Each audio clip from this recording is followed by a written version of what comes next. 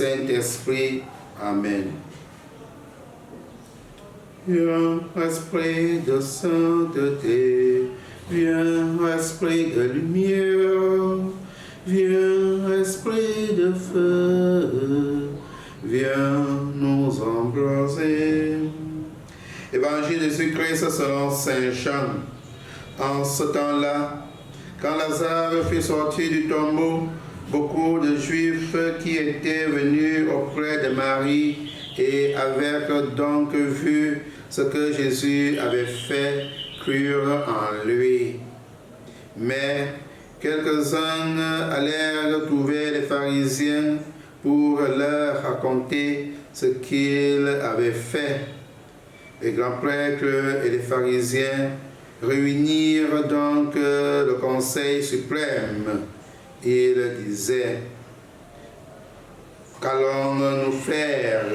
Cet homme accomplit de grands nombres de signes.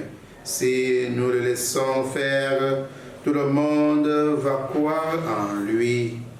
Et les Romains viendront détruire notre lieu saint et notre nation.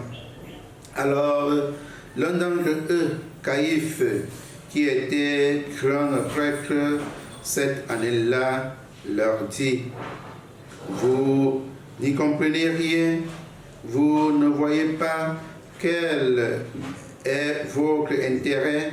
Il faut mieux qu'un seul homme meure pour le peuple et que l'ensemble de la nation ne périsse pas. Ce qu'il disait là ne venait pas de lui-même, mais étant un grand prêtre cette année-là, il prophétisa que Jésus allait mourir pour la nation. Et ce n'était pas seulement pour la nation, c'était afin de rassembler dans l'unité les enfants de Dieu dispersés. À partir de ce jour-là, ils décidèrent de le tuer. C'est pourquoi Jésus ne se déplaçait plus ouvertement parmi les Juifs. Il est parti pour la région proche du désert, dans la ville d'Éphraïm, où il séjourna avec ses disciples. Or, la Pâque juive était proche et beaucoup montèrent à la campagne à Jérusalem pour se purifier avant la Pâque. Ils cherchaient Jésus et dans le temple, ils se disaient entre eux: qu'en pensez-vous? Il ne viendra sûrement pas à la fête. Les grands prêtres et les pharisiens avaient donné des ordres. Quiconque saurait où il était devait le dénoncer pour qu'on puisse l'arrêter. Bien-aimés du Seigneur, bonjour.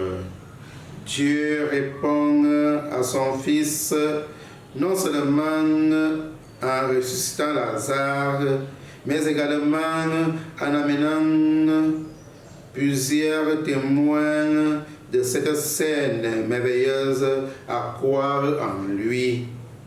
Ce miracle le plus grand est celui qui entraîne à sa mort et le dernier même avant sa propre résurrection. Jésus nous apprend à lutter pour sauver les vies et surtout à rassembler tous les enfants de Dieu dispersés dans le monde pour former un seul peuple. Jésus nous invite à être des rassembleurs et non des disperseurs. Jésus, aujourd'hui, à son exemple, nous demande de pouvoir donner le meilleur de nous-mêmes pour unir nos familles, pour unir nos communautés, pour unir notre Église et pour unir notre société. Demandons donc au Seigneur la force de la foi, la force de l'Esprit, qu'à l'exemple de Jésus, nous puissions vivre dans la vérité et dire la vérité. Au nom du Père et du Fils et du Saint-Esprit. Amen.